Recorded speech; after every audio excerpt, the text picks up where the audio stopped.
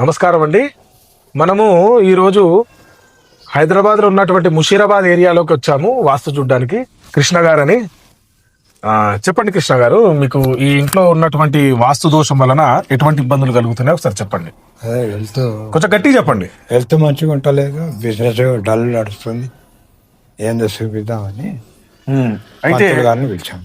ఇక్కడ ఈ వీళ్ళ హెల్త్కి అలాగే బిజినెస్ డౌన్ అవ్వడానికి కారణము నేను అటరండి చూపిద్దాం.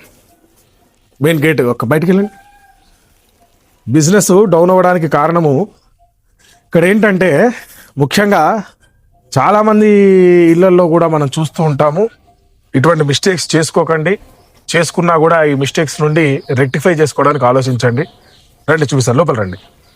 ఇట్లా మెయిన్ ఎంట్రన్స్ నుండి ఇలా అడుగు పెట్టడమే, ఇలా ఇక్కడ చూపించారు, అడుగు పెట్టడమే అక్కడ డ్రైనేజ్ ఛాంబర్ ఇచ్చారండి.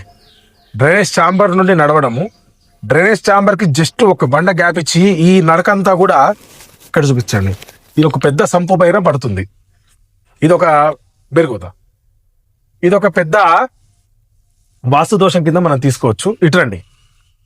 అలాగే ఇక్కడ చూడండి, ఇంటికి ఇది ఆగ్నేయ మూల.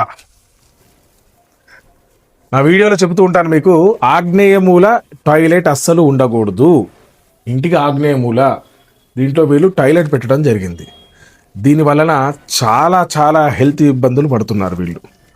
అలాగే ఈ ఇంటికి ఇక్కడ నుండి మీకు ఫోన్లో కనిపిస్తుందో లేదో కానీ నైరుతి పెంపు జరిగింది.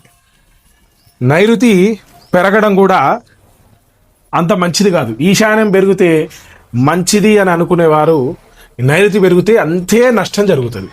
కాబట్టి లైవ్గా ఇటువంటి మిస్టేక్స్ చేయకూడదని చెప్పి మీకు నేను చూపిస్తున్నాను. జై శ్రీరామ్.